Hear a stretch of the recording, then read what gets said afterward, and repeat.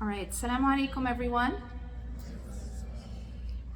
أعوذ بالله من الشيطان الرجيم بسم الله الرحمن الرحيم والصلاة والسلام على رسول الله وعلى آله وصحبه أجمعين رب اشرح لي صدري ويسر لي أمري واحلل عقدة من لساني يفقهوا قولي.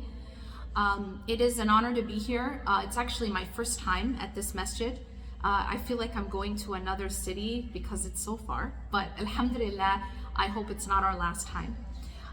Before I continue, I have an echo, I don't know why, but anyway.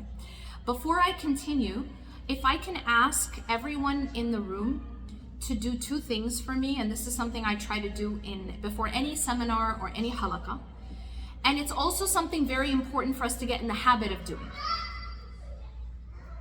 And that is to first and foremost set our intention. Why are we here? Why did we come, and what do we hope to take home with us? Intention is very, very important in every single thing that we do in life.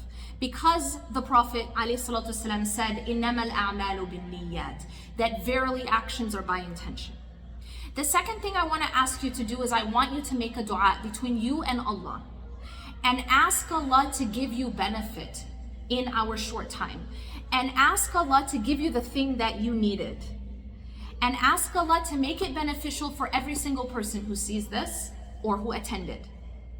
Okay, so these two things, I want everyone just to take a few focused moments and do that.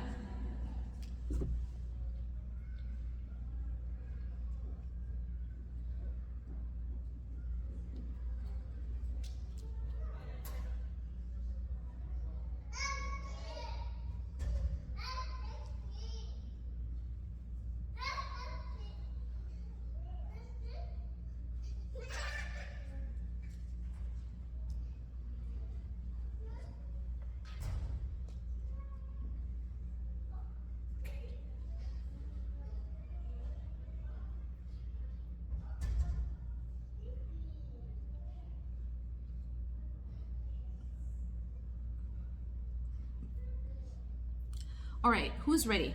Are we good? Can I get a thumbs up if you're ready? All right, Bismillah. The question and the topic of parenting, why is it important?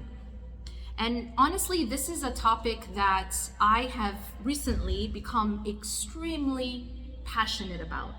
And there's one specific reason why. So in my line of work, and this is the work that I've been doing for the last 15 plus years, and in the line of work that my husband does, is that we work with people in the realm of healing. We work with people in the realm of counseling, coaching, therapy, whatever you want to call it. In other words, what we focus on is helping people to heal themselves and their relationships. But what's very interesting is that there is a concept that we have in our deen, which is that prevention is better than cure. One thing that you will learn very, very quickly in my line of work is that we have an unbelievable amount of something called generational trauma in our community. Now, some of you might have heard this term before. This is a bit of a loaded term, and some of you might not be familiar with this term. What is generational trauma? And why am I talking about it in a subject of parenting? Generational trauma is what happens when a child grows up in an unhealthy environment. Now, an environment at home can be unhealthy for several reasons. An environment at home can be unhealthy because of obvious reasons like abuse. It can be unhealthy because of physical, sexual, or verbal abuse. Now that seems pretty obvious. But a home environment can also be unhealthy for a much more subtle reason, which is something many of us don't even realize is a problem. And that goes like this. Every human being has certain needs. Everyone agree? What are those needs? Well, we all know we have the need for oxygen, we know we have the need for food, and we know we have the need for water, right? We agree? Everyone? No disagreement. But what we have learned is that the human being also has emotional needs. What are the emotional needs of a child? The emotional needs of a child, number one of the most important, is something called unconditional love. What is unconditional love? Now, I'm going to use a term which many of us may have heard before, but many of us have never experienced. Unconditional love means that the parent loves the child, does not withhold love, regardless of the behavior of the child. Now, you might be like, but if they're misbehaving, don't we have to discipline them? And the answer to that is, we're not talking about permissive parenting. We're talking about the fact that there are parents, that there are children who grow up in an environment where only so long as you do what the parent wants, act as the parent says, behave, dress, maybe even marry who the parent says, maybe do the career that the parent says, only so long as you do as you are commanded by the parent will you be shown love. This is not talking about teaching or tarbiyah, no, we're talking about love. That there are children who grow up where the moment that they step out of the perfect mold that is set by the parent, whatever that looks like, the moment they make a mistake, raise your hand if you are a perfect human being that never makes mistakes. Shockingly, no one is delusional. No one is raising their hand. There is no such thing as a perfect adult, and there's definitely no such thing as a perfect, flawless child, because we were not created as human beings to be perfect. We will never be perfect in the sense that we will make mistakes. We will commit sins. Conditional love says that the moment you are not the perfect daughter, or the perfect son, or the perfect wife, or husband, or student, or what have you, the parent will withhold love. What does that look like? Sometimes it looks like the silent treatment. You might think the silent treatment is innocuous, but the silent treatment is actually very, very painful and harmful to a relationship. Because the silent treatment says that the moment I don't like something, I am going to withhold love. So conditional love is when I teach the child that only so long as you please me, or you are perfect, or you do exactly as I say, will I give you love. The job of a parent is to give unconditional love. Now, I will talk about boundaries and tarbiyah, but right now I'm just talking about love. Does everyone understand the difference? I am just talking about love. Many of us grew up in a home where love was withheld as a tool of control. And I'm going to use my words carefully. As a tool of control. Not as a tool of tarbiyah, as a tool of control. Now, when you grow up in a home that is unhealthy, either because of outright abuse, we said there are different kinds of abuse. There is physical abuse, there's sexual abuse, there's verbal abuse, financial abuse, spiritual abuse, different kinds of abuse. But there is another way that a home or an environment can be unhealthy. When we talk about the word trauma, most people think that trauma simply means something bad happened to you. That is trauma. Something bad happening to you is trauma. But trauma can happen because someone harms you with a stick, but trauma can also happen if someone starves you. Trauma can also happen when you are starved of something that you need as an essential need. Understand? So if someone withholds food and water, That's going to cause trauma. Similarly, if someone withholds unconditional love and approval and connection and being able, and something called attunement. Now, what is attunement? Attunement, as you might imagine, just like tuning, maybe like a radio, you're tuning in. You're going into you're basically aligning with the frequency. Emotional attunement is to make your child feel that their emotions matter, that their emotions are seen, and that their emotions are not ignored. Emotional attunement is to be able to make your child feel like you empathize with them, that you see them, that you attune to their emotions, that their emotions are not invisible, and that you teach them how to regulate those emotions. So when a child, now let's go back to the meaning of generational trauma. Generational trauma is what happens when someone grows up in a home where there is either too much of something, or there is harm, or there is abuse, or there is too little of something that is necessary for emotional and neurological health. Because what you'll find is trauma changes the brain. Trauma is not just something, in the air, something imaginary, it's all in your head. Trauma actually changes the structure of the brain. It changes the way the brain is wired.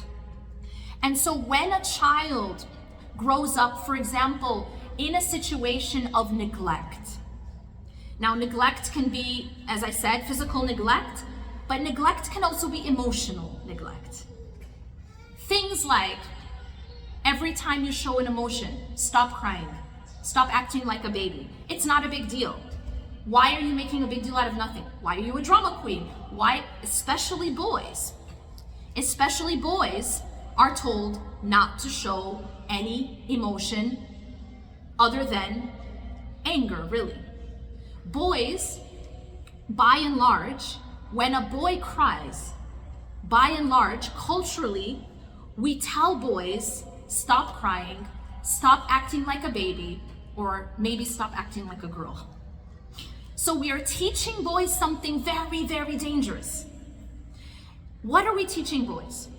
We are teaching boys that an absolute normal human phenomenon, which is emotion. You realize that emotion is normal and healthy. Allah created emotion. It is not a weakness to feel emotion. It is something that is created by God to serve a purpose.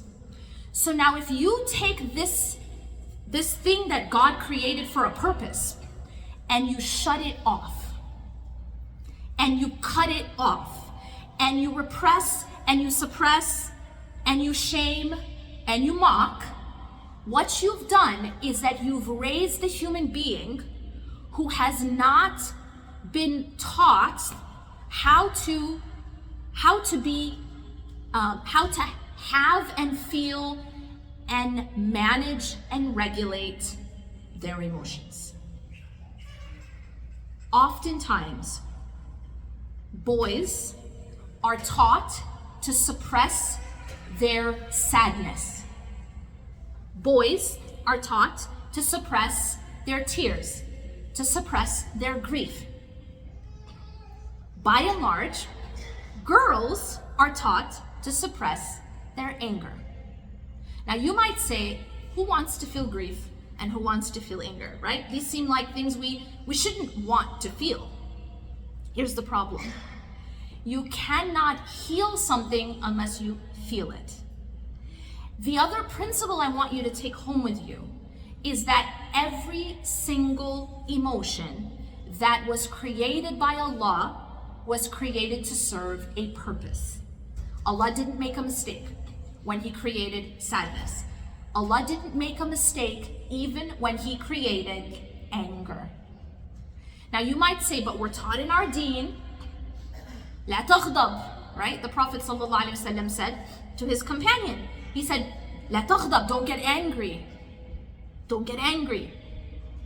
Now we know that the Prophet ﷺ was very wise and he understood people. And so when he would give advice to a specific person, very much it would be tailored to that specific person. Now, why would he tell this particular companion, لا تغضب? Well, perhaps that particular companion had a problem with managing his anger, with regulating his anger. In other words, his anger got out of control. And so when the Prophet ﷺ is telling us, لا تغضب, he's not saying don't ever feel anger, because if you never felt anger, there would be something wrong with you. Because Allah created it and it serves a purpose. What do you think the purpose of anger could be? Throw it out there. What do you think? What benefit or purpose could anger serve? Getting you away from a problematic situation. Good. What else? Something needs to change. Very good. What else? Well, when you see another person being oppressed, when you see the images coming out of Gaza, what do you feel?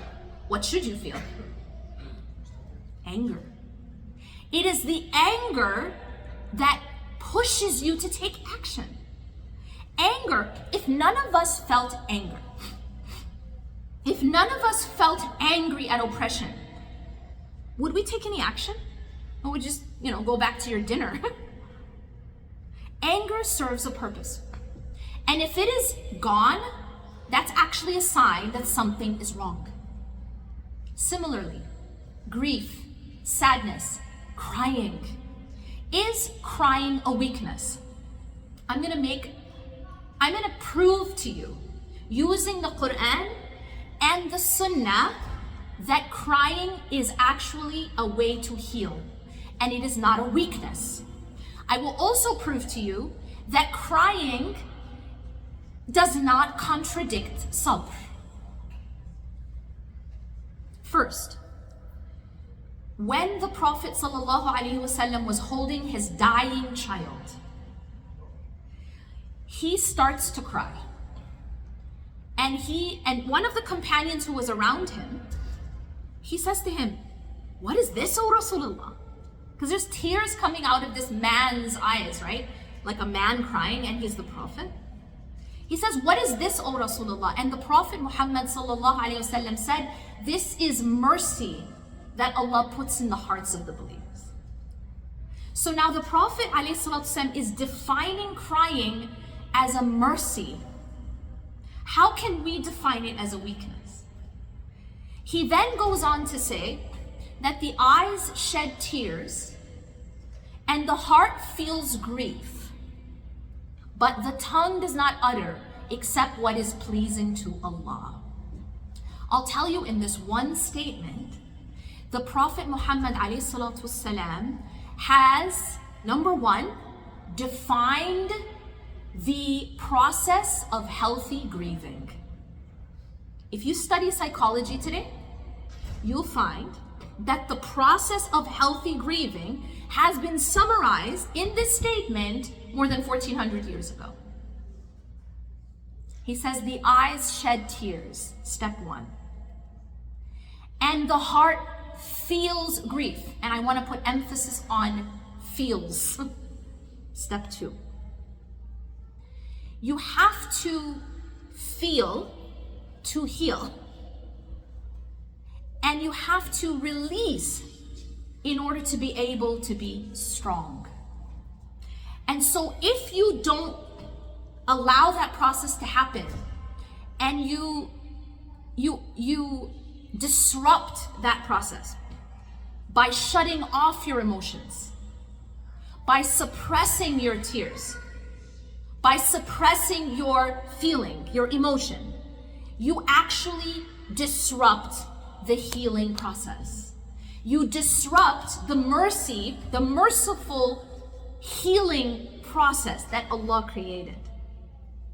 the Prophet ﷺ is also defining sabr. He says, the tongue does not utter except what is pleasing to Allah. This is sabr. But how do you get there? He said the eyes shed tears and the heart feels grief. We know from the Quran in Surah Yusuf that Prophet Yaqub alayhi salam had sabrun jameel, right? He had beautiful patience.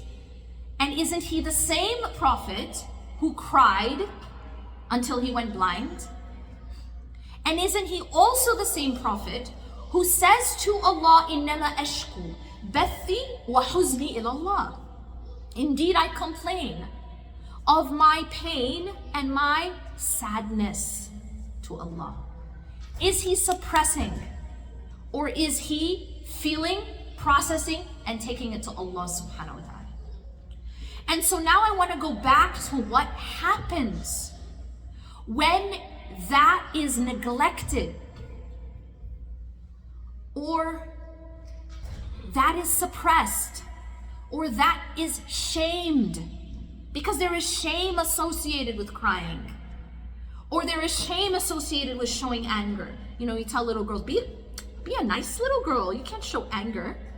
Or if you show anger, you're punished for it. Timeouts are a big one, right? Timeout, where you're given a timeout because you showed anger. Now, obviously, there are boundaries in what behaviors we can allow or that we should teach our children. But ultimately, to give a punishment because you have an emotion is quite unhealthy. So when you grow up in a home that is unhealthy, okay, and I've talked about some of the different ways that can happen. It is like growing up in a home that is on fire. It's a home that's on fire. And so when somebody grows up in a house that is on fire, a few things happen. Number one, that trauma actually changes their brain. In specific, their prefrontal cortex, their hippocampus, and their amygdala. The hippocampus has to do with memory. The amygdala has to do with fear and emotional regulation, or emotions actually. And the prefrontal cortex, now this is the very important part of our brain. The prefrontal cortex is what makes us different than animals. The prefrontal cortex is what makes us human.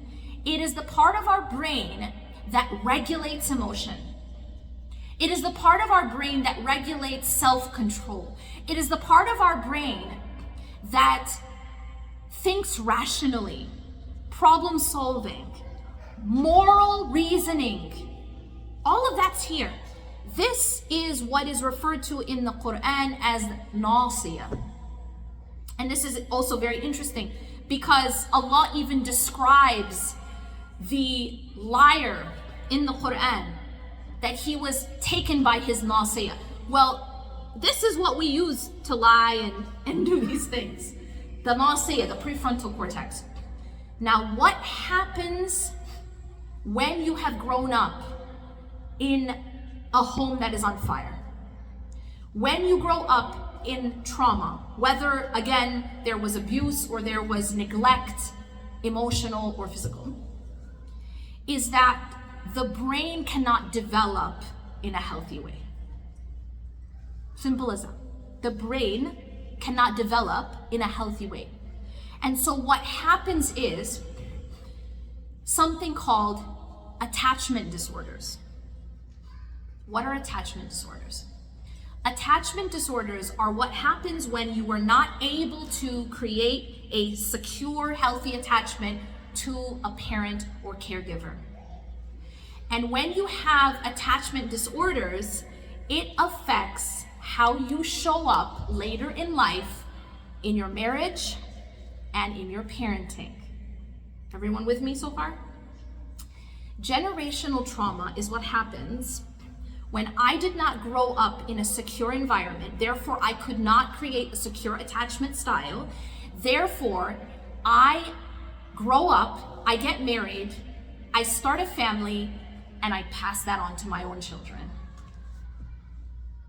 So my trauma gets passed on to my children, and then they grow up, and if they don't heal, they grow up and pass on the trauma to their children. And this is how generational trauma gets passed on from generation to generation to generation.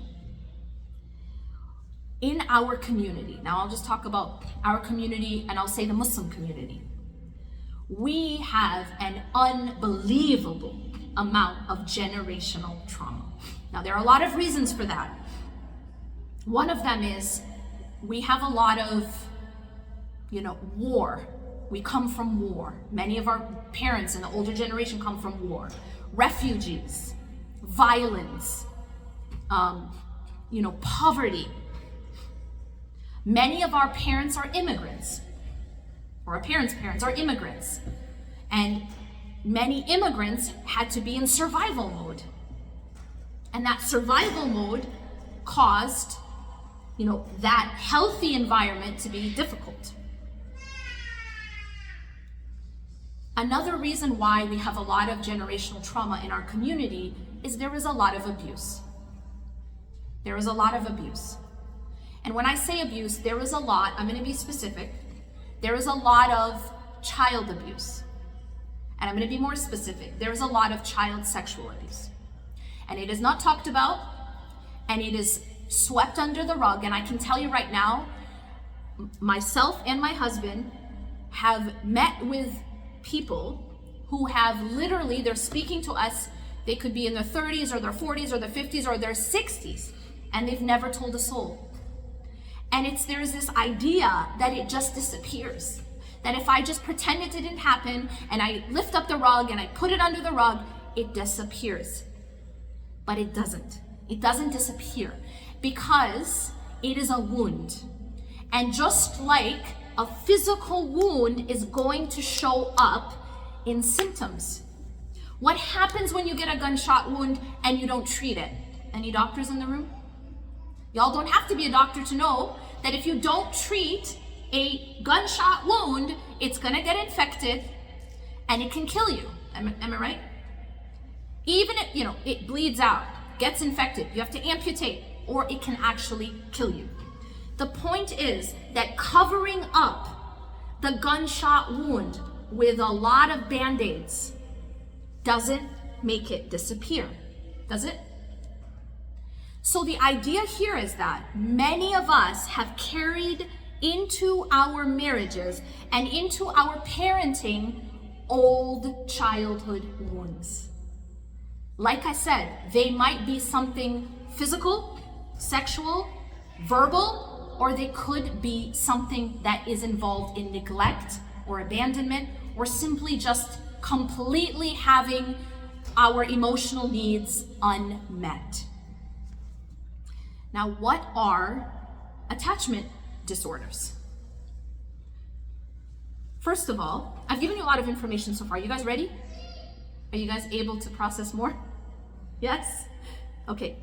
Attachment disorders are when you develop what's called an insecure attachment, and as a result of that insecure attachment, you're not able to deal with your emotions or the emotions of your loved ones in a healthy way. That's what happens. So I have trouble dealing with my emotions, and I have trouble dealing with everyone else's emotions as well, if I have an attachment disorder or an unhealthy attachment. And I can pretty much tell you most people have that.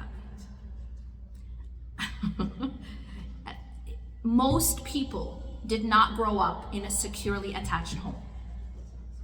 And definitely not in our Muslim community. And so what many of us are doing who are wanting to break the cycle for our children and for the next generations is that they're trying to work on themselves. And those who are trying to work on themselves are working on healing so that they can move into secure attachment. Now, what is insecure attachment? Psychologists found that there are 3 types of insecure attachment styles. Now, how many of you have heard of fight or flight? Fight or flight, right? The fight or flight response.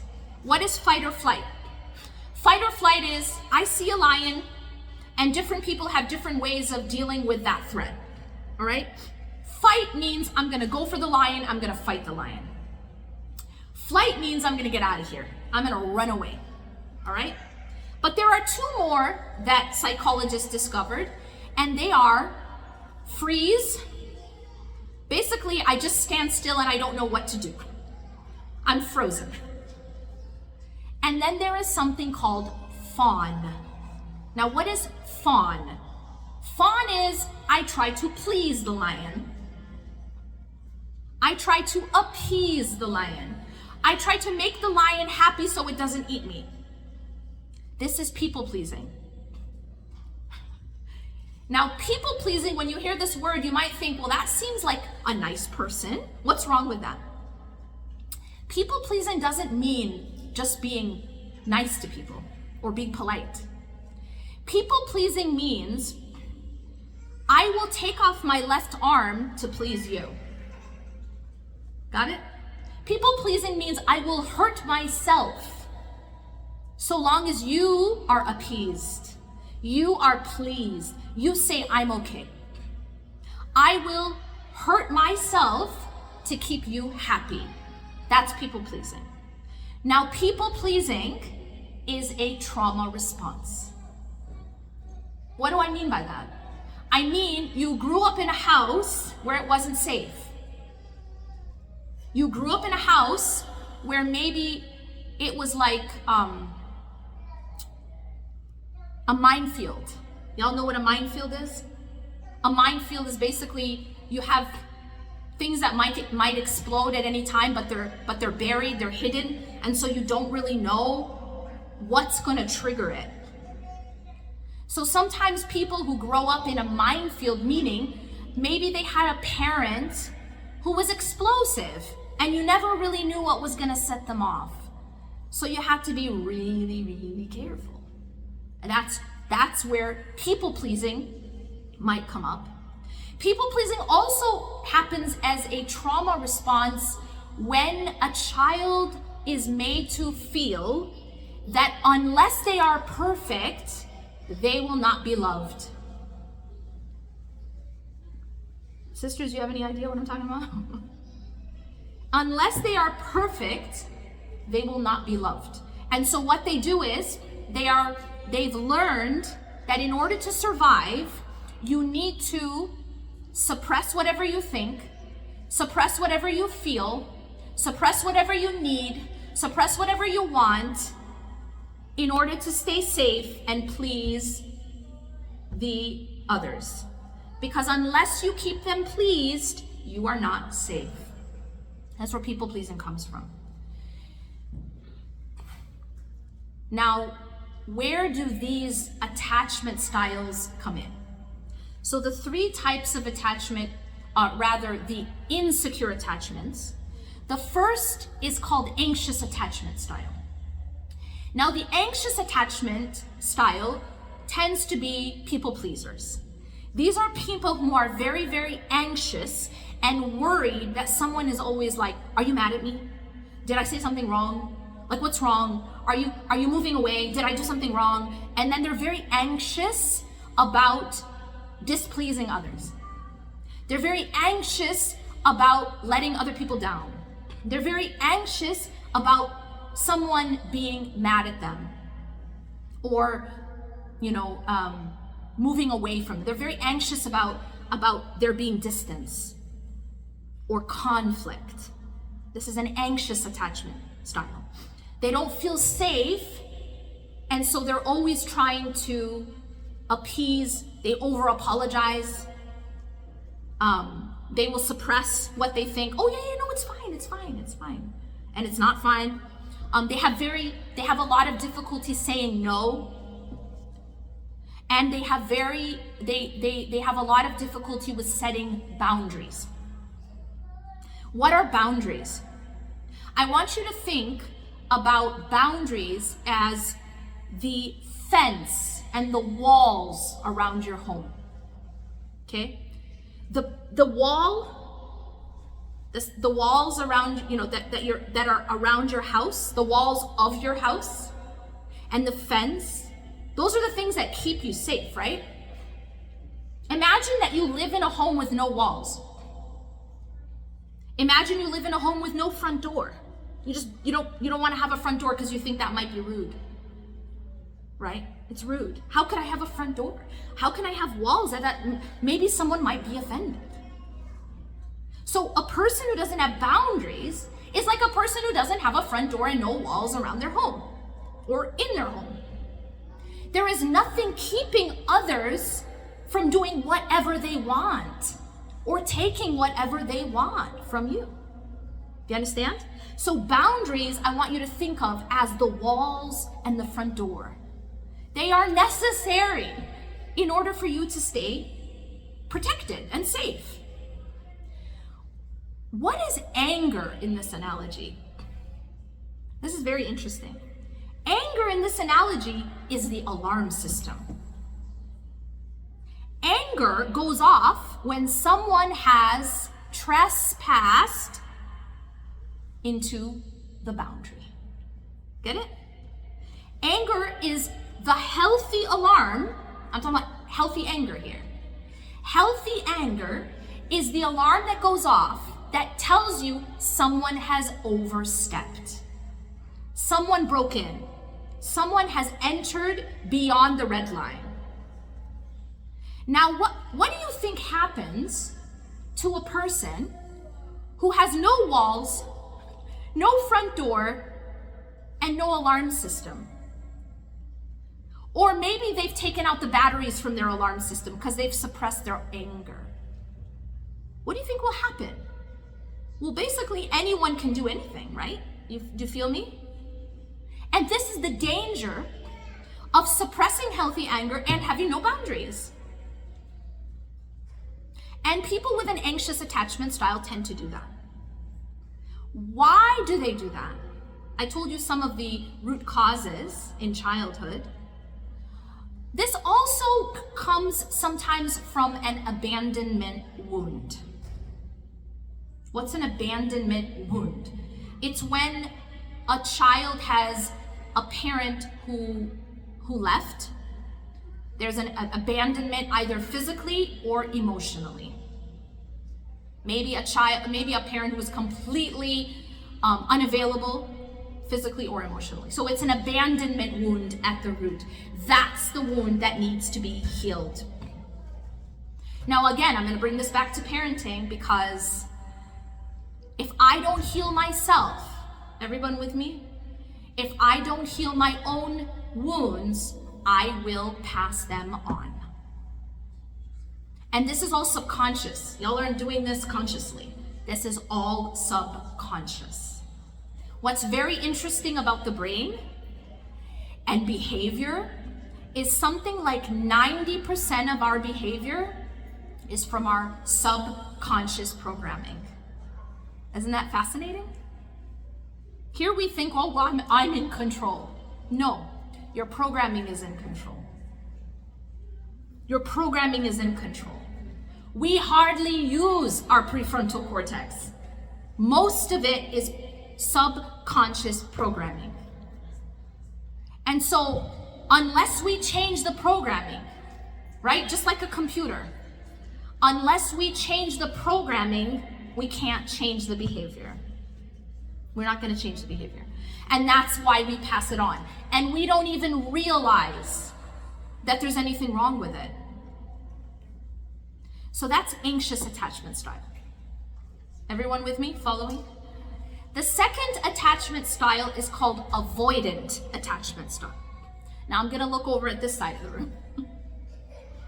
Avoidant attachment style is when you say, I'm just going to shut off the emotion, and that's how I'm going to be safe. So emotions are a problem, I'm just going to turn them off. The way that avoidants deal with the threat or the lion or stress is to just run away. So this is flight. This is a flight response. This is turn it off and then I can just be safe that way. And so people who grow up as avoidants feel very, very threatened by emotion. They become very stressed by emotion. If they feel an emotion, they get really, really overwhelmed and they turn it off quickly. Shut it off, suppress it. And the idea is that it just goes away, right? The answer is wrong. It doesn't just go away. Emotions don't disappear. They turn into other things. Do you want to know, there's even a study, I think it's out of Stanford, where they found a connection between the suppression of healthy anger and autoimmune disease. Isn't that fascinating? So see, these emotions that we're turning off and we're thinking they're disappearing, they're not. Actually, they can cause actual physical illness. They will make us sick. And I don't just mean autoimmune disease, I mean cancer. I mean all the way from migraines to digestive issues to autoimmune disease to cancer. Because the body is connected. And what we do with our nervous system, what we do with our emotions is connected to our physical body, right? Because of what? The stress response is what triggers the nervous system to go into fight or flight. And fight or flight is adrenaline. Fight or flight is cortisol. Fight or flight is inflammation. If you want to study disease, any doctor, anyone who knows anything about disease will tell you that all disease is rooted in inflammation. And what do you think causes chronic inflammation? The stress response. Chronic stress. Having your nervous system dysregulated, where your nervous system is constantly in its sympathetic mode. It's constantly fight or flight, survival, I'm not safe, I'm not safe, I'm not safe, I'm not safe, I'm not safe. And this is why the best thing you can do for your child is to create emotional and physical safety. Because you can teach your child that they're safe and their nervous system can chill out. They don't have to go into all these trauma responses, all these protective measures to survive this house, this environment. They are already in safety. And so their nervous system can relax. And the nervous system, when it relaxes, the whole body can heal. See, here's the thing. The body can only heal when it's in the parasympathetic, relaxed nervous system mode. That's the only time we can heal. So if you want to be healthy, you want to regulate your nervous system. That's the take home. If you want to be healthy, you need to learn how to regulate emotion. And let me re-emphasize, suppressing emotion is not regulating emotion. Suppression of emotion does not make it go away, and it does not regulate it. It actually makes it worse. It makes it worse. One psychologist called it supersizing the emotion by suppressing it. So avoidants learned that emotions are not safe, probably because growing up, there was either explosive parents who could not regulate their own emotions, or there were parents who shamed or mocked or put down or shut down or neglected completely the child's emotion. So imagine if a child is being punished for having an emotion, or a child is being shamed for crying, or a child is being shamed for being sad. If a child is called weak if they cry, or is called weak if they're sad, or is called a drama queen every time they feel sad or they cry. So what is that child learning? The child is learning, I better just shut it down. That's how I'm gonna be safe. They are learning that emotion is weakness. Avoidants believe that emotion is weakness. Avoidants believe that showing emotion is weakness.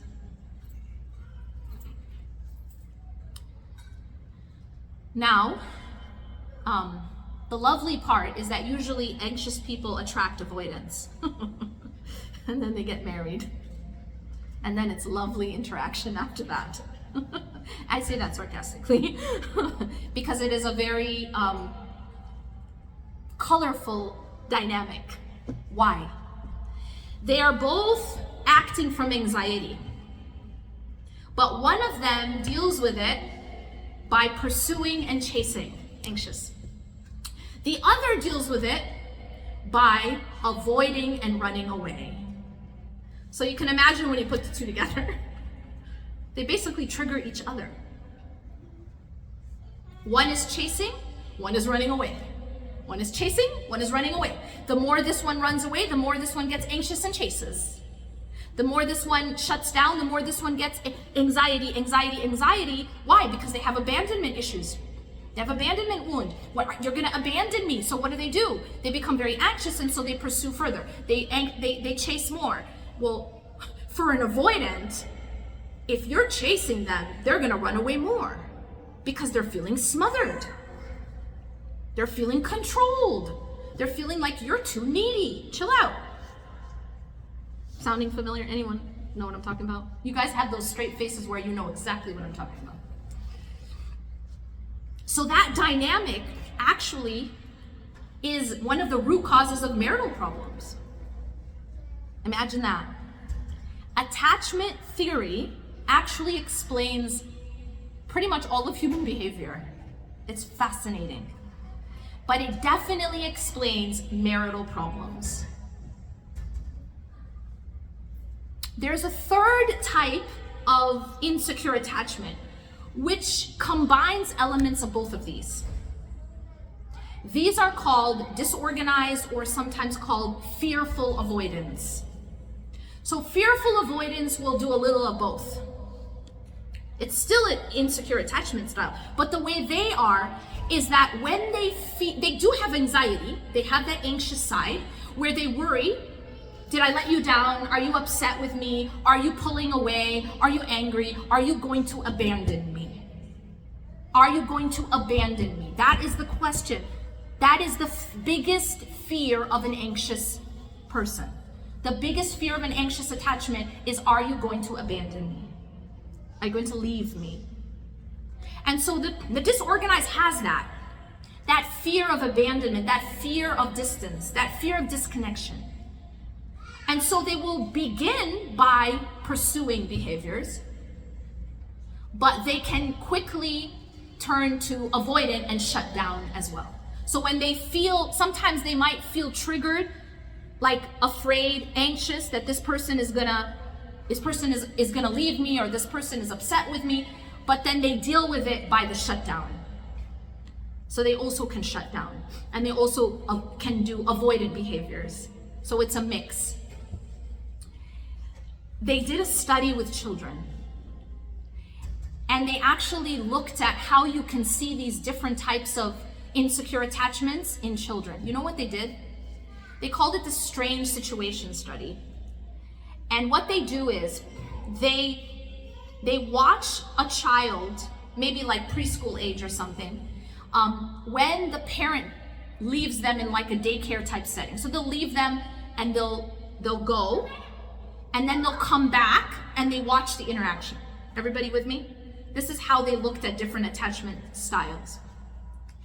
So the securely attached children, when the parent leaves, the child might be upset for a little bit, but they quickly kind of calm down. And then when the parent comes back, the child is happy to see the parent and goes to the parent, hugs the parent, everything's fine. Securely attached. The avoidant will maybe show no emotion when the parent leaves, but when the parent comes back, they won't want to go to the parent. They'll like maybe hide from the parent, or maybe stick to the teacher or something like that. The third one, which is the disorganized, will sometimes be very angry at the parent. How dare you have left me? Because they felt like they were abandoned. Okay? So now, again, we will often see these signs in our kids. We maybe saw these signs in ourselves because many of us, we were not taught how to build a secure attachment.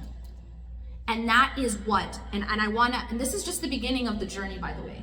This is what I wanna encourage every single person to do, is to start that journey of secure attachment, healing for yourself, and then building that for your children. Because prevention's definitely better than cure, right? If you can create that secure attachment for your child, you can prevent so many problems in the future for your child, in their marriage, and in their families, and in their parenting. And so the first step is to heal ourselves. The first step is to heal our own insecure attachment styles.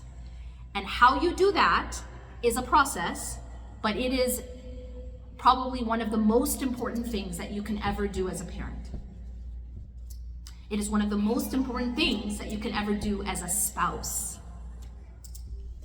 Because I promise you, all relationship problems, whether that's in marriage or that's in parent-child, are rooted in attachment issues. It's attachment issues, attachment style issues. I'll stop there. Actually, no, before I stop, I want to quickly give you one more tool, one more piece of information which I think is important. There's a lot of parenting styles out there, right? The three basic categories, on the one hand, it's called authoritarian parenting. Authoritarian parenting is what many of us are used to. Authoritarian parenting is very much about control, power dynamic, the parent is in charge, and the child better just obey. Okay? This is because I said so, you know, you obey me, you are obedient to me. Authoritarian parenting uses a lot of punishment in order to get certain behaviors. Authoritarian parenting is very, very concerned with behaviors, not so concerned with the emotion behind the behaviors, not so concerned with the emotional unmet need. Listen to that carefully. The unmet emotional need behind the behavior. Authoritarian parenting is not interested in that. The authoritarian parenting is interested in, I said so, you listen, I'm in charge, and behave in this way. Okay? They're not looking at connection. They're not looking at secure attachment. They're not looking at emotional attunement. They're not looking at emotional regulation. They're not looking at what is the unmet emotional need behind the behaviors. Got it? So this is what many of us are used to. Hence why we have so many attachment issues. The opposite style of parenting is called permissive parenting. Now, permissive parenting is just as harmful. What is permissive parenting? It's parenting that has no boundaries. It's parenting where you're actually still making the child feel unsafe because you're not protecting them with boundaries. Permissive parenting, the child is in charge. The child's in charge of every, child wants to do whatever the child wants to do, the child can do. This is actually also very, very harmful. The healthy type of parenting is something in the middle called positive parenting, or sometimes called gentle parenting, and sometimes called authoritative parenting, not to be confused with authoritarian parenting. Got it? Now, what is the difference? Gentle/positive parenting is focused on emotional connection, emotional attunement, secure attachment. Is focused on creating secure attachment so that this child can grow up emotionally and psychologically healthy. And so obviously this is a short seminar. We're not going to be able to get into much of this, but what I want to do is to spark in you to do your own research and to do your own inner work and to do your own healing, because that's our amana. Our children have been given to us as a trust. And I promise you, you will be asked, and I will be asked by Allah, how we took care of that trust. We have to take it serious. And we cannot just do it the way our parents did it. If there's anything I want you to take home with you, is we need to unlearn. We need to unlearn. Our parents didn't do it right. Our parents didn't do it right. Now, there might be some things that you're like, but I like, my parents they did good things. Alhamdulillah, they did. But there's a lot of things our parents didn't do right. And that doesn't mean they're bad people. They did what they knew, and they did what they learned, and they did what was done to them, by and large. However, we cannot use that as an excuse. It might not be our fault, whatever cards we were dealt, whatever we have, it might not be our fault, but it is our responsibility to fix it, to unlearn, to educate ourselves, to heal ourselves, because our children are a trust, and we do not want to pass on these attachment disorders to our children. We don't want to pass them on. We don't want to pass on the wounds. We have to break these cycles of generational trauma. All right. And, like I said, it's just maybe your parents were the unicorns in the community. Maybe they were really emotionally attuned. Maybe they knew, maybe they had healed themselves. But by and large, it's just not the case. Many of us, most of us, were handed down generational trauma in different forms. Lastly, I'll say this. I told you that the anxious attachment style was rooted in abandonment wounds, right? The avoidant attachment style is very worried on being not good enough. So the wound is that deep down they believe that they are defective. So it's called the defectiveness wound. Something's wrong with me deep down, and therefore, if you come and you complain about something, I get very defensive. Because it means that you're attacking me and you're saying that I'm a bad person, or I'm a bad husband, or I'm a bad wife. So there's a defectiveness wound, and deep down, it's a belief that you're not good enough. And this is why they shut down. It happens due to emotional neglect growing up, usually. I'll open it up for questions. Sometimes this helps to kind of give an idea, like I give an example between 3 different types of parenting. So I'll just use my cookie example. Basically, a child comes, 2-year-old child wants a cookie, and they want a cookie before dinner. Dinner is ready, and they want to eat a cookie because they're 2, and of course they want a cookie. Now, the authoritarian parenting will say, no, you can't have a cookie. But then the child will do what? What does a 2-year-old do if you say no about a cookie? Anyone? Tantrum, right? Now, if a 2-year-old is throwing a tantrum because they didn't get a cookie, their brain is 100% normal. That is the normal response of a 2-year-old who isn't getting a cookie. But an authoritarian parent will punish them for that. So they'll actually punish for the temper tantrum. Now listen carefully. Meaning they are punishing them for something that is essentially not in their control, because their prefrontal cortex, remember self-control is here? Their prefrontal cortex is not developed. In fact, the prefrontal cortex does not get fully developed until you're 25 or 30 years old. You understand? So to expect a 2-year-old to have enough self-control to regulate their emotions and not like have a meltdown is expecting them to do something that they are not able to do by their brain development. Now imagine you then punish them for that. Maybe you spank them, maybe you hit them, maybe you give them a timeout. Okay? That is authoritarian parenting. I'll go to the opposite now. Permissive parenting would be like child screaming, child's kicking, child's throwing a tantrum. Fine, here's the cookie. Giving in, not holding the boundary. The boundary is you can't have a cookie for dinner, right? You need that boundary to protect them so that they can eat and they can stay healthy, right? Giving in would be an example, that's a permissive, that would be like permissive parenting, right? So what is the right answer? Well, gentle parenting / positive parenting would say, you don't give the cookie, that's the boundary, but you empathize with the emotion. Does that make sense? So empathy while holding the boundary.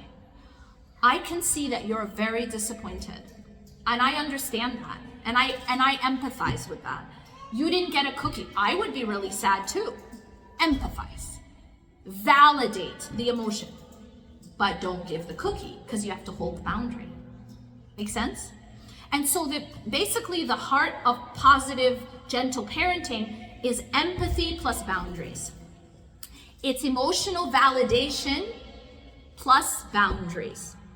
Permissive, remember, has no boundaries, and authoritarian has no empathy. It has no validation of emotion. It's shut up, stop screaming, right? It's not, I can see what you're feeling and I validate it. There's none of that. And so what you need is both. You need the validation of the emotion in addition to holding the boundary. And when you do that, you're teaching the child how to regulate their emotions.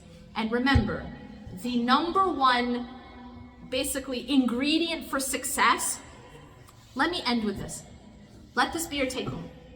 The number one ingredient for success in life, in every relationship, in your marriage, in your parenting, in your relationship with your friends, every relationship, the number one ingredient for success is emotional regulation. Got it? It's the ability to handle your and other people's emotions. It's sometimes called emotional intelligence or EQ. You know, they found now that it's not IQ that's linked to success, it's EQ, emotional intelligence. And that is the heart of emotional intelligence. Can I regulate my own emotions without shutting down, without blowing up? Regulate. And can I handle other people's emotions? Because you will find that if you can't handle your own emotions, you're not gonna be able to handle anyone else's. You're gonna tell everyone else that they're drama queens and to shut down because you don't know how to deal with your own. So it's about learning how to deal with your own emotions and therefore being able to handle others. That's the recipe for success. That's the most important thing. And that's obviously linked to regulating the nervous system. Okay? أقول قولي هذا واستغفر الله لي ولكم إنه غفور رحيم سبحانك الله وبحمدك أشهد أن لا إله إلا أنت أستغفرك وأتوب إليك. I want to leave now time for your reflections and your questions, inshallah. Yes. عليكم السلام.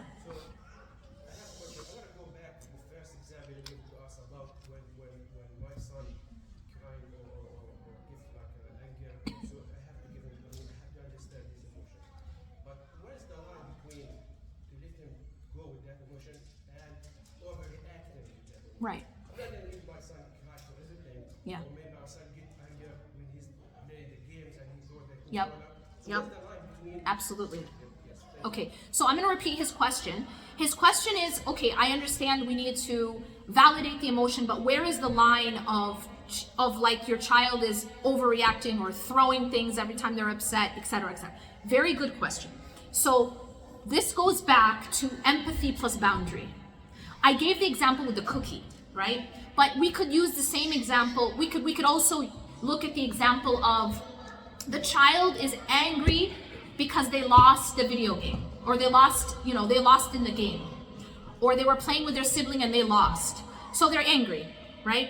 So in that case, you can validate the anger, but still hold the boundary of, but you can't hit your brother. You can't throw the toy. You can't. So it's about teaching the child how to express that anger, that emotion in a way that's healthy. So it's not about shutting down the emotion. It's about teaching the child how to regulate it. Meaning, it's okay. For example, they'll teach kids ways to express anger that are healthy. I don't know. Take deep breaths, like punch a pillow, like things like that, versus going and punching your brother. So it's about teaching the child this is the emotion, and also naming the emotion is also part of learning to process it, learning to digest. So I can see that you're angry. You're telling the child how to understand their emotions. I can see that you're angry. I can see that you're scared. And I know this doesn't feel good, but this will pass. So it's like teaching them, don't be afraid of your emotion, but here's how you handle it. Okay? In terms of, like, the other thing I was gonna say is that you might be like, I don't want them to constantly be, getting angry and overreacting about everything, right? The interesting thing is that when you validate emotion, it becomes actually less and less of these outbursts, because the child isn't bottling it up. The child isn't feeling like, okay, let me give you an example. Have you ever had a situation where someone comes to you and they are upset? Maybe it's your wife, maybe it's your child, maybe it's your friend, and they're very upset about something, okay? And you proceed to tell them why they should not be upset. Do they get more upset or less upset? Exactly. Do you get it? What happens when you tell someone why they are overreacting? Do they suddenly go, oh, okay? It's like telling someone to calm down never made anyone calm down. You know what I mean? So when you tell your wife or your child that you actually shouldn't feel the way you're feeling, does it make them calm down, or does it make them more angry? Exactly. And now what do? They start to justify, right? Now maybe their upset level was here, but the more you invalidate and try to shut it down, it goes more and more. No, but this and now they have to justify it. Why do you think that happens? Because you're invalidating it. Because you're saying it's not real. Because you're saying that they're overreacting. Because you're saying that basically they're crazy. In a nutshell, you're basically calling them crazy. There's fancy words for it, like gaslighting, but you're basically invalidating their experience. And so what they are now doing is trying to justify. It will make them more upset. And so it's possible, like same with our children, is that if you validate it, and I'm not saying you allow them to do anything they want, no, that's permissive, right? But that when you validate it, actually diffuses it more. And you'll, of course, know this with your wife. This is very good marital experience. Very, very, very good marital advice, which is that if your wife is upset, don't tell them why they shouldn't be upset, because they will be more upset. Instead, if you validate, say they're very upset with a coworker. You know what she did? Or do you know what my sister did? Or do you know what happened today? Well, that's not a big deal. Bad news. Bad news. It's going to become a bigger deal. And now she's going to be mad at you. So now it's not just the coworker she's mad at you too. Why? Because you weren't on her side. If you want to diffuse that, be like, oh my God, are you serious? That's what we do for each other, right? That's why you call your girlfriend. That's why you call your sister, so that she can go, oh my God, I would be so mad, right? It's a validation of the emotion, and then she chills. And that actually diffuses it. Why? Because you have been validated. No one's calling you crazy and saying you're overreacting. That's the fastest way to make someone more angry. Makes sense. Yeah. So عليك السلام. جزاكم الله خير for the lecture. أيوة. I want to ask a question on behalf of our parents at the school. One of the main problems between the parents and the children are two things that are related. Basically, the child comes home, there is homework that need to be done. Some children they do their homework, but other children, the parents find a little bit difficulty to for the child to go and do the homework without a kind of, I don't know how they deal with this. Yeah.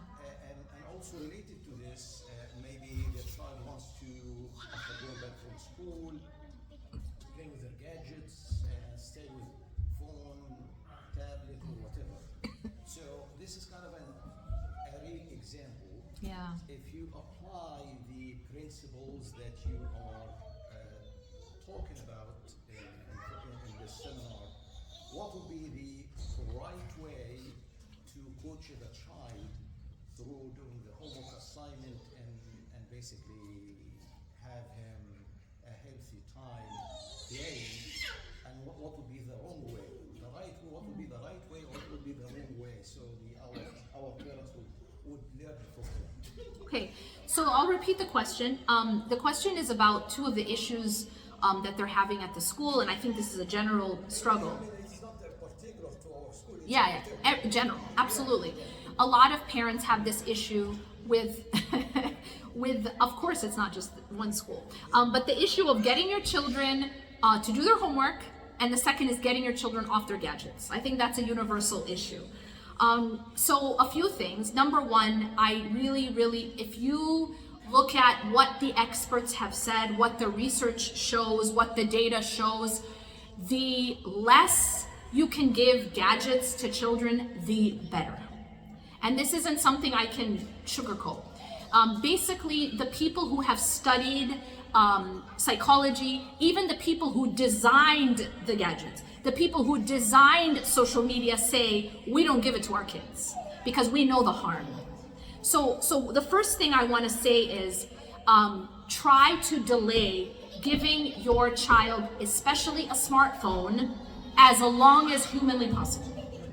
And I mean as long as humanly possible. And they're gonna come and they're gonna say, but everyone else has an iPhone, blah, blah, blah. And you're gonna say, but I care about you and I care about your brain, and no. And this is part of holding boundaries, by the way. This is actually, if you wanna pick a fight, sorry, if you know how they say pick your battles? Y'all with me? If you know how they say pick your battles, trust me, this is the battle you wanna pick. This is the battle against the phone. I'm serious. And I say this not from myself, I say this based on all research. They found that children who use social media have more depression, more anxiety, more loneliness, more eating disorders, more suicidality. It is actually harming their mental health. It's not innocent, it's not innocuous, it's actually very, very harmful. And so the more that you can, and this is just secular research. This isn't even getting into the Islamic aspect of it. This isn't even talking about the way that it will brainwash. This isn't even talking about the brainwashing aspect. This isn't even talking about how they're gonna start thinking about gender. What is gender? What is all of these pronouns and all the new stuff? This is just from a secular perspective. They have found that it is harmful to mental health, let alone our Islamic morals and our Islamic identity. It is an attack. And I can't tell you how many cases I've seen where a child is given a cell phone, a smartphone, and within 9 months they're a different human being. And I'm not exaggerating. Different human being. Why does that happen? Because, please understand, this is human psychology. المرء على دين خليله, for example. The person is on the way of life of their closest companions. When you are on social media, those are your closest companions. This is what, it's literal rewiring of the brain, and brainwashing. So you can't control it. You can't control it. I can't control it.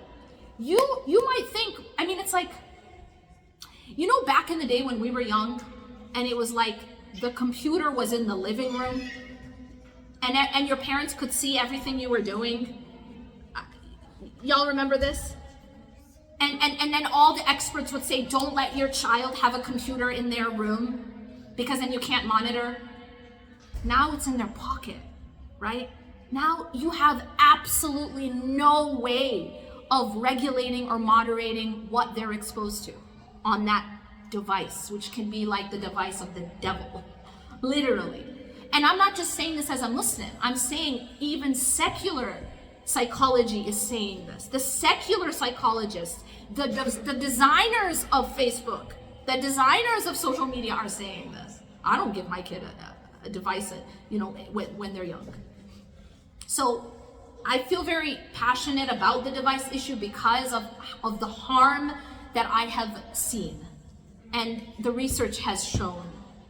And so as parents, I will say this, pick that battle. Let that be your battle. Let it not be all the other, let the other stuff go. As long as, look, you have to pick your battles, because if you yell at your kids about everything, they're gonna listen to nothing. Yeah? If you're just constantly, you're like a noise in the background. You know what I'm saying? If you're just constantly criticizing everything, finding fault with everything, saying no about everything, always making an issue about everything, if you're picking every battle, none of them are gonna matter. So pick your battles. And this is one of the most important battle I would say to pick, which is the cell phone, the smartphone. Get them a stupid phone. Get them a phone that doesn't connect to social media. Just, you know, so, oh, but for safety. I know every parent says that. I give it to them for safety. Go and find a stupid phone, not a smartphone, that doesn't have anything but texting on normal, you know, normal style texting back from when we were kids. And just like calling. Get them a stupid phone if you're worried about safety. They don't need a smartphone for safety. They don't need to be on social media for safety. Yeah, it's actually very unsafety. It's a lack of safety. It's so terrible. In terms of techniques for getting your kids to do their homework, you know, I think that's like really a case by case. It's about understanding the psychology of your child, connecting with your child, and different people are motivated by different things. So trying to kind of understand what motivates your child. You know, is it giving them incentives like, okay, after you do this amount of homework, then you can play outside, or you can have certain things to incentivize. But I think it's really case by case, understanding your child. The main issue is connecting to your child. It's connecting to your child. Because if your child does not feel safe, now let me say this. If your child does not feel safe with you, they will never come to you when they're struggling. They will never come to you when they're being bullied. They will never come to you when they're feeling unsafe or when they're not sure what to do. So you want to create safety and connection. And that's the best thing you can do with your child. I think someone had a question from this side. Sure. One of the things that, in terms of safety, one of the things that kids thrive on, I think, is a structure. Structure, uh-huh. And I know they're in school, their brains are probably fried, they want to relax, take some time. But even when they're home, if you have some structure, if you have, eye contact with them, you understand that after school they need some time. Yeah. But then it's time to get back to homework, and then, other activities.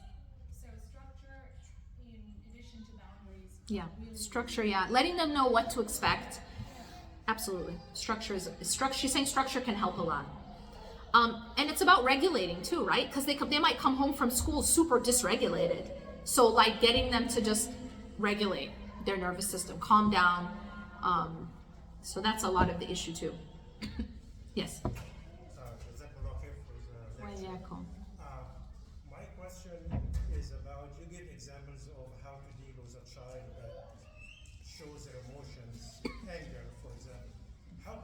with the other child that doesn't show emotions, that doesn't say no, how to accommodate that or how to get them To show. them and at different levels, like the 2 years old, the 10 years old, the 20 years old. You're right. So the question is, we've spoken about what to do with a child who's showing emotion and how to regulate that. But what do we do with the child who isn't showing emotion or is suppressing their emotion at different levels? So whether it's a 2-year-old, a 10-year-old, or older. And the answer is 2 things, I'll say.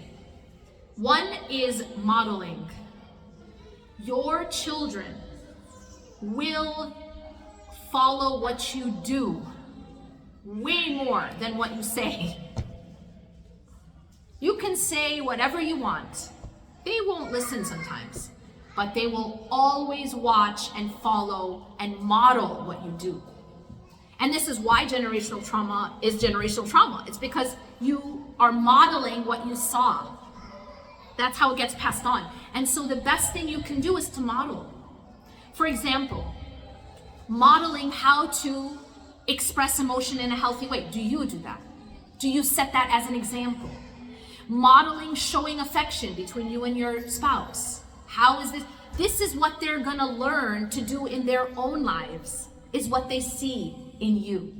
So if you want your child to be more patient, guess what you gotta do? You gotta be more patient. If you want your child to be able to express emotion, you do that. You model that.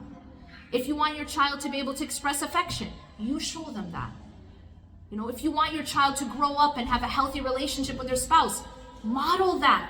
Model that relationship, because that's what they're following. You are the blueprint that they're gonna follow. It's all subconscious programming. And it all happens really by watching your parents. What's very interesting, and I'll tell you, this is so fascinating. So basically, there's different brain waves, right? You have theta, you have beta, different types of waves. And when the brain is in theta, which is, it's like a type of brainwave where you're very, very open to suggestion, okay? So theta waves are almost like if you want to hypnotize someone, you want to brainwash someone, you do it when they're in theta, when they have theta brainwaves, right? When do we have theta brainwaves? When we're falling asleep and when we first wake up. Very interesting. This is actually the time that you can program your brain really, really easily, because you're actually almost in like a hypnotic state. But there's another time when we have theta waves, and that's when we're children, like before the age of like 7. Which means you are programming your child, like literally brainwashing your child in those years. You're programming, they absorb everything, because it's like they have these theta waves and it's almost like just brainwashing. So whatever they're taking in, you can imagine if it's from the screen, or if it's from you, or if it's from peers, but it's almost like they're completely brainwashed by whatever they're getting from you. And so that is the time, right, to model. So you model that behavior. And that becomes so much of their subconscious programming, is what they saw you doing. The second thing I would say is just create a space of safety to express emotion. Why would a child not express emotion if it's not safe? If they're afraid of being judged, if they're afraid of being mocked, if they're afraid of being shamed, if they're afraid of getting in trouble. That's the reason. Children will do what they need to survive. So if they feel that it's not safe to show emotion, to say no, to say what they need, to say what they want, then they will learn not to do it. They're very smart at surviving. The human being is very, very good at survival. That's not the same as thriving. Surviving is not the same as thriving, but we are very good at surviving.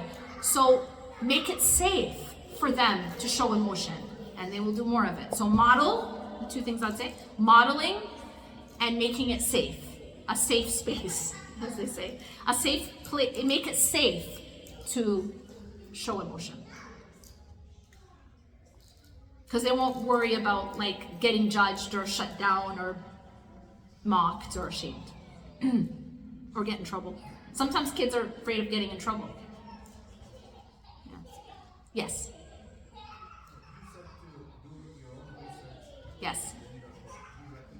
Yes, yes, thank you for asking. So he's asking, I said to do your own research, do I have any recommendations? Yes, I do. I recommend the work definitely of Dr. Gabor Mate. You can write that down. Gabor, Gabor, Mate, Mate. Brilliant, brilliant work on trauma, on parenting, and he, like, absolute gem. There's other people who talk about the, for example, attachment research. That would be Sue Johnson.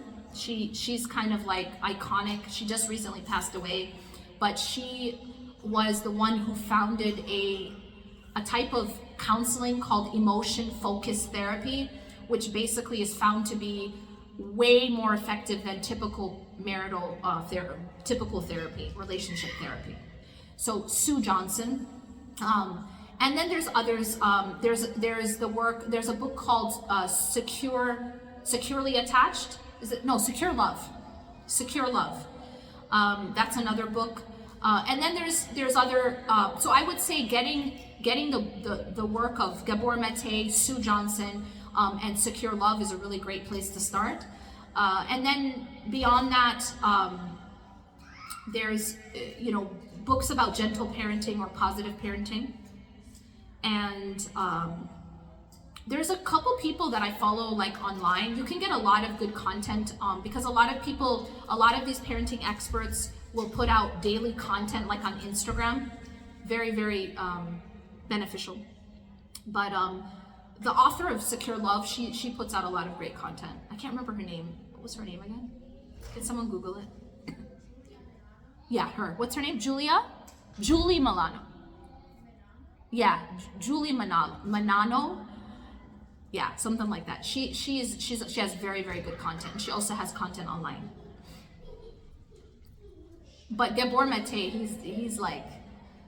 he is an expert in trauma and parenting.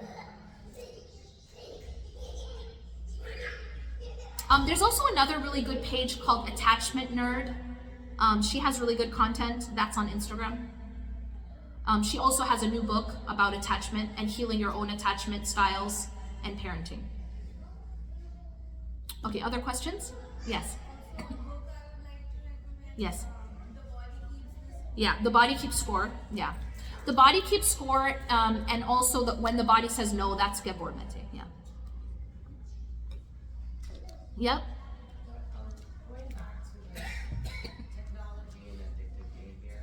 Yeah. I teach in middle school, and I also have a most son, and it's been a struggle trying to create the boundaries. Yeah. But it's hard to create the boundaries when I've noticed it's turned into addictive behavior. It is. And so how do we help them as educators or working in programs with the moms, Yep. and also as parents, and help and creating healthy habits, structures for them, especially when they're in an environment where everyone's True. So her question is that she teaches middle school and she has a middle school child, and it's very difficult because these when it comes to gadgets and stuff, it's not just about the behaviors, but it becomes addictive behaviors, and how can you sort of address that? Again, prevention is better than cure, and I want to emphasize that. We are giving our children gadgets from like when they're babies, and that's part of how it's rewiring their brain. It's changing their brain. It's causing attention deficit issues, right? Because when you give a child so much stimulation, they become used to that, right? They call cocomelon cocaine melon. You know this? Why? Because it's such a high level of stimulation that it's actually like addiction. It's like a drug. So I think it's like, first of all, prevention is better than cure. Not introducing all these screens early on, and trying, like I said, holding your ground when it comes to not giving a smartphone to your child until as late as possible. Because you have to understand their brain is not fully developed. Literally not fully developed until they're 25, right? So just trying to protect them as long as possible from things that will harm their brain development. That's as, as simple as that. Now it's about, well, okay, what about when it's already an addiction? Now what do I do? I guess the way you would deal with any addiction. How do you deal with addiction? Well, you take it away. First, you take the drug away. Number two, you deal with withdrawal symptoms, right? Detox involves withdrawal symptoms. That's going to happen. And they're going to hate you for it. That child that didn't get the cookie hates their parent in that moment. But that's okay, because you're the parent and they're the child, and it's your job to protect them. So it's not about punishing, it's about protecting and holding your ground and picking your battles. And this is a really important battle. So if they're already at the addiction stage, you just deal with it like you would a drug addiction. If you found out that they were addicted to drugs or alcohol, what would you do? Well, you would take that drug away first. And then you would expect that there are going to be some withdrawal symptoms, and they're going to be angry, and there's going to be a detox period. So just look at it like a drug.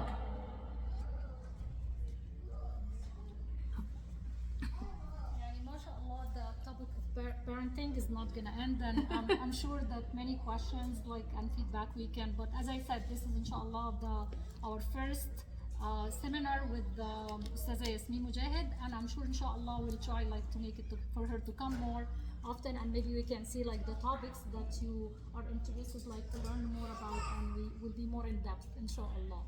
If I actually can end with something. Of course. Yeah. Do I have 3 minutes? You do have Okay. I want to end with something important, inshallah. It's one of my favorite analogies when it comes to parenting. So inshallah you take this home with you.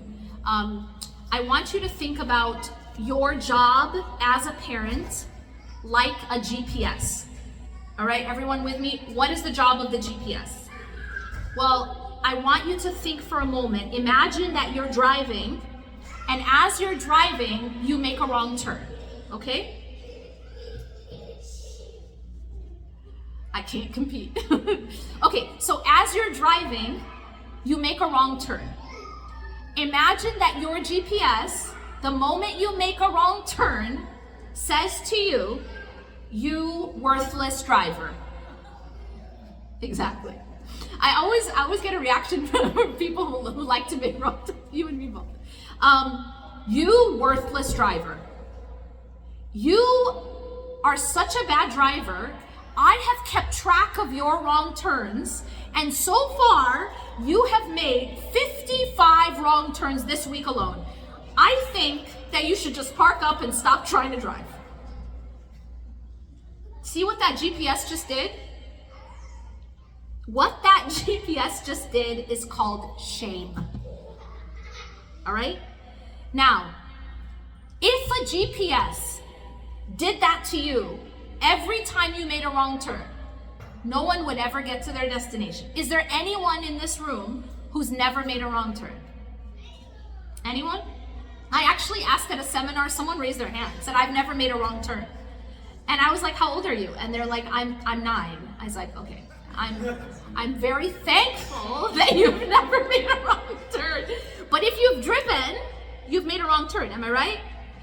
So now imagine if the GPS shamed you in this way every time you make a wrong turn. But what does the GPS do? Well, the GPS is literally designed and programmed to only do one thing, and you could make 1,000 wrong turns per day, and it only does one thing: rerouting, recalculating. The GPS never judges you. The GPS never shames you. Honestly, look at the compassion of the GPS. You know what? This is a safe space, right? The GPS is not shaming you, is not putting you down, is not calling you a worthless driver, but the GPS is only doing one thing, and that's rerouting you. That is the job of a parent. And so what I try to tell parents is, be like the GPS. Don't be like the crazy GPS, because many of us, if we look at ourselves, we might be a little bit like that crazy, "You worthless driver." And we keep track of the mistakes. We remind the mistakes. We shame for the mistakes. Everyone makes wrong turns. Your child is going to make mistakes because they're human. Your job is not to shame them.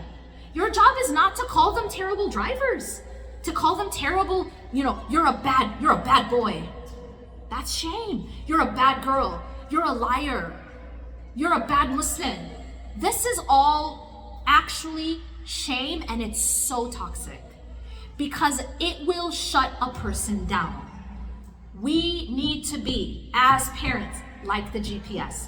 Your only job is to reroute, not to judge, not to shame, not to put down, but to say, you know what, you're going the wrong way, here's how you fix it. Isn't that what the GPS does? And you can make another wrong turn. Rerouting. Please make a legal U-turn. Do you want to know what tawbah is? Do you know what tawbah is? Tawbah, the word tawbah literally means to return. Tawbah is the U-turn. And so Allah is only asking us to reroute. He does not shame us when we make wrong turns. If you look at the language of the Quran, when Allah addresses sinners, so He's addressing the ones making wrong turns over and over and over. And He says, قُلْ يَا عِبَادِي الَّذِينَ أَصْرَفُوا عَلَىٰ أَنفُسِهِمْ. He says, oh my slave who have transgressed against their own self. These are the ones making the wrong turns. They're the sinners. How does He speak to them? He doesn't call them bad drivers. He doesn't shame them. He says, لَا تَقْنَطُوا مِنْ رَحْمَةِ اللَّهِ. He says, do not despair of the mercy of Allah. This is what we have to learn, is how to reroute without shame, without putting down, without judgment. And that's actually the divine way. This is how Allah teaches us. This is the tarbiyah of Allah, is that He teaches us to reroute, to make tawbah, to come back without shaming us. He never says you're a bad Muslim. Oh, my slave who have wronged, who have sinned, you're terrible. You're a terrible Muslim. No, He does the opposite. He gives hope. He says, لا تقنطوا من رحمة الله. Do not despair of the mercy of Allah. Allah forgives all sins. That is how we have to be as parents. We have to teach our children that there is hope, that there is redemption, that they're not doomed, that they're not bad, but this is how they can reroute. That's our job. We are the GPS. Okay?